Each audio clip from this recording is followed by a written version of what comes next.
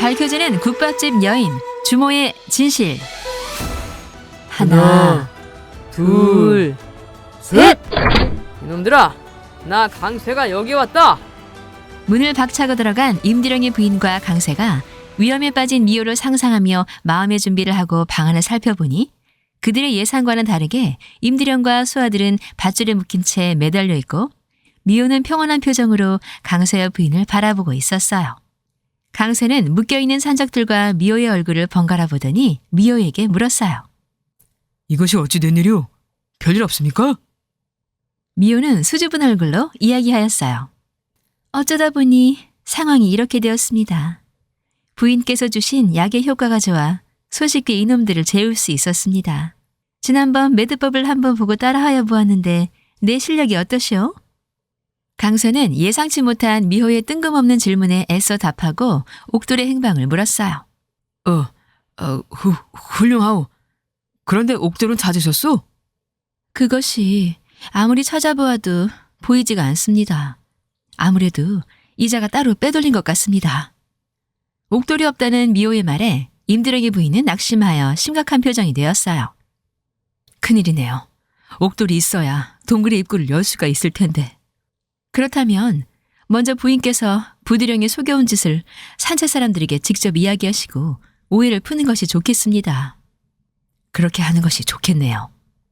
다음 날 날이 밝자마자 강쇠 일행과 임드령의 부인은 산채의 모든 사람들을 불러 모아 그동안 저질렀던 부디령의 만행을 낱낱이 사람들에게 고한 뒤 잡혀온 여인들을 모두 풀어줘 각자의 집으로 돌려보내고 부디령과 측근 수하들을 가두어 놓았어요.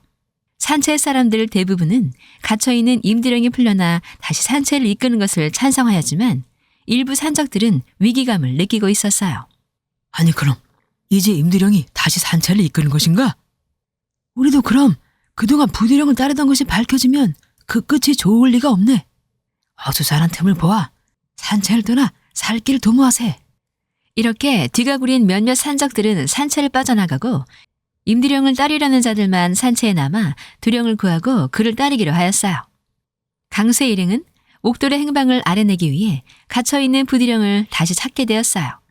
부디령이 정신을 차리는 듯하자 임두령의 부인이 부디령의 뺨을 호되게 몇 차례 때리며 옥돌의 행방을 물었어요. 동굴 감옥을 열 수 있는 옥돌을 어디에 숨겼느냐?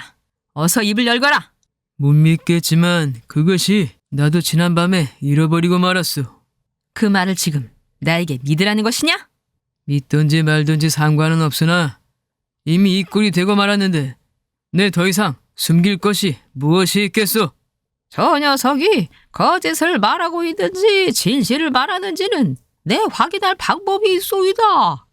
부채도사는 소매 속에서 빨간 초와 채찍을 꺼내어 들더니 야릇한 표정으로 여인들을 바라보며 이야기하였어요. 이것은 진실만을 말하게 하는 채찍과 초이니 이것을 사용해 보시오. 말을 마친 부채도사가 부인과 미호에게 초와 채찍을 넘겨주고 강쇠에게 이야기하였어요. 강쇠야, 저놈의 옷을 벗기거라. 강쇠가 나서서 부디령의 상의를 모두 찢어버리자 두 여인이 의미심장한 표정으로 두 가지 물건을 들고 천천히 부디령에게 다가갔어요.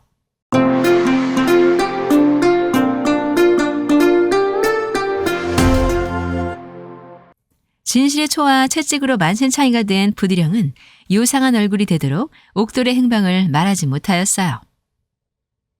이 지경이 되도록 입을 열지 않는 것을 보니 저자의 말이 사실인 것 같습니다. 마지막으로 한 대만 더 때리도록 하겠습니다. 이것이 색다른 재미가 있군요. 그만하면 되었다, 미호야. 저놈이 말하는 것은 사실이 분명한 것 같구나. 부채도사가 미호를 만류하며 물건들을 다시 챙겨 넣었어요. 부디령도 옥돌의 행방을 모른다는 것이 확인되자 일행은 다시 동굴 감옥의 입구로 이동하여 동굴 감옥의 입구에 다다르자 입구를 막고 있는 커다란 바위를 힘을 모아 옮겨보기로 하였어요. 옥돌의 행방을 알 수 없으니 힘으로라도 저 바위를 옮겨보도록 하는 것이 좋겠습니다. 자, 다 같이 바위를 한번 옮겨봅시다. 강쇠를 비롯한 힘 좀 쓰는 사내들 여럿이 바위에 달라붙어 함께 바위를 움직여보려 하였지만 커다란 바위는 입구를 막은 채 꼼짝도 하지 않고 버티고 있었어요. 힘을 소진해 땀을 뻘뻘 흘리는 강쇠가 사람들을 보며 이야기하였어요. 이것이 사람의 힘으로는 옮길 수가 없어 입구를 열기는 어려운 것 같습니다. 옥돌 없이 입구를 열 방법은 없겠군요. 그럼 이 일을 어찌 안단 말인가? 입구를 열지 못해 난감한 표정의 사람들에게 부채도사가 조심스럽게 자신의 생각을 털어놓았어요. 방법이 하나 있기는 한데 보름달이 또 복주한 강쇠의 힘이라면 가능할 수도 있을 것이오. 부채도사의 말에 미호가 손가락으로 날짜를 헤아려 보더니 다시 시무룩한 표정이 되었어요. 아직 보름달이 뜨려면 20여일이 넘게 남았는데 그때까지 임두령이 물 한 모금 먹지 않은 채 견딜 수가 있을까요? 아마도 살아남기 어렵겠지. 임두령의 부인 역시 남편을 구할 방도가 마땅치 않자 걱정이 가득한 표정으로 이야기하였어요. 그럼 우리 서방님은 이대로 저 안에 갇혀 굶어 죽어야 한다는 말씀이십니까? 부채도사와 보리도사는 심각한 표정으로 자신들의 생각을 사람들에게 이야기했어요. 꼭 보름이 아니어도 도수를 사용하여 잠시 보름달이 뜬 것처럼 하늘에 달을 띄워 강쇠가 복주하게 만들 수는 있기는 한데 그 도수를 함부로 쓰는 것은 결코 쉬운 일이 아니지. 우리의 기력을 모두 소진하여 달을 띄우더라도 겨우 몇 시즌뿐이라 잘 판단하고 짧은 시간 내에 바위를 움직여야 하는 문제도 해결하기 쉽지가 않은 일이고. 도사들의 대화에 도통 알 수 없다는 표정을 지으며 강쇠가 도사들에게 물었어요. 도대체 무슨 이야기들을 하시는 것입니까요? 제가 폭주를 한다뇨? 보리도사는 갑자기 강쇠가 산에서 도망친 기억이 떠올라 강쇠의 머리를 쥐어박으며 설명하였어요. 예 이놈아, 네가 갑자기 도망을 가는 바람에 제대로 설명을 못한 것이 있느니라. 아직 너의 양기가 네 몸 안에서 제어가 되지 않아 보름달이 뜨는 밤이면 너는 생바의 모습으로 변하게 되고 여인과 더불어 그 양기를 해소하지 않으면 너의 모든 기혈이 끌어올라 몸 안의 혈관이 모두 터져 목숨을 잃을 것이다. 네가 복주를 하게 되었을 때 만약 여인이 그 양기를 받아내 흡수한다면 너는 복주하던 양기를 쏟아내고 목숨을 구할 수 있는 것이지. 하지만 여인이 처녀라면 모를까. 처녀가 아닌 여인이 네 양기를 받아내었다가는 그 여인이 도리어 목숨을 잃게 될 것이니 아주 위험한 일이다. 너도 알다시피 양기를 소진하고 나면 너의 기력이 모두 빠져 보통 사람들보다도 힘이 없어지고 말더구나. 그동안은 형님과 내가 기력으로 그 양기를 억눌러 너의 목숨을 부지할 수 있었다만 우리가 모든 기력을 사용해 도술로 달을 만들어내고 나면 복주하는 너를 누구도 구할 수가 없게 되는 것이니 이러지도 못하고 저러지도 못하게 될 것이다. 네가 죽던가 다른 여인이 목숨을 잃을 수 있으니 그 뭐더라 이럴 때 쓰는 말이 늙으니 자꾸 말이 입안에서만 맴맴 돌기만 하고 떠오르질 않으니 형님 도와주시오. 진퇴양난. 맞아, 진퇴양난. 지금이 바로 그런 상황인 것이다. 두 도사의 말을 들은 미호가 결연한 표정으로 이야기하였어요. 그렇다면 저는 여느 여인과는 다르니 제가 강쇠의 양기를 받아내 보겠습니다. 부채도사는 미호를 측은한 눈으로 바라보며 만류하려 하였어요.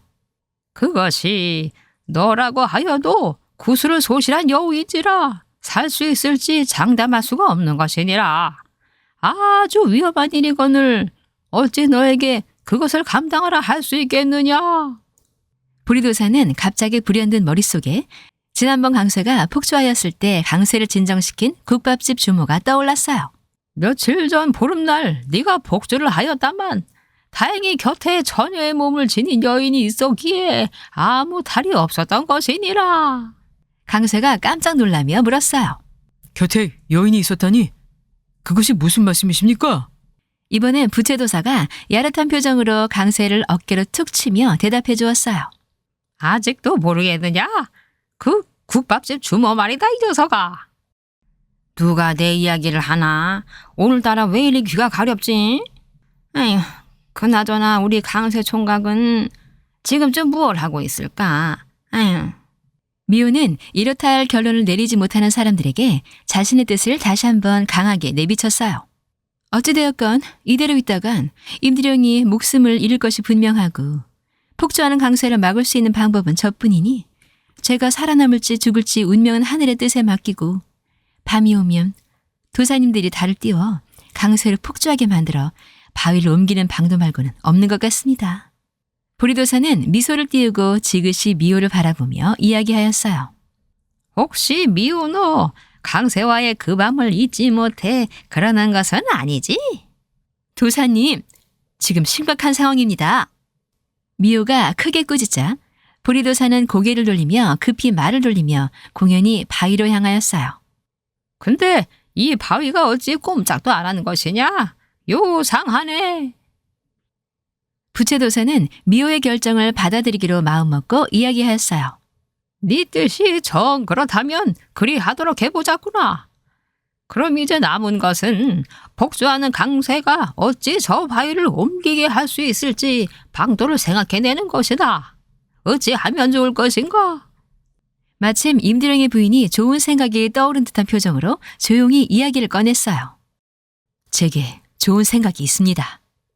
사람들은 부인의 생각을 들어보기 위해 모두 호기심 어린 눈으로 부인의 얼굴을 빤히 바라보고 있었어요.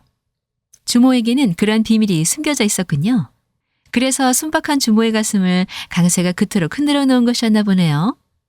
동굴의 열쇠인 옥두는 행방이 묘연하고 임디령을 구할 방법은 폭주한 강수의 힘 말고는 없어 보이는데 보름달을 띄우려고 도사들은 모든 힘을 사용해야만 하고 폭주한 강수를 감당하는 일은 매우 위험한 일이나 미호가 나서서 감당하겠다 하네요. 이제 남은 것은 어떻게 강세가 짧은 시간 동안 바위를 움직이게 하는 것이냐는 문제인데 그 방법을 임디령의 부인이 생각해낸 것 같네요. 과연 그 방법이 무엇일까요? 그리고 폭주한 강세와 미호는 어떻게 결론이 날까요?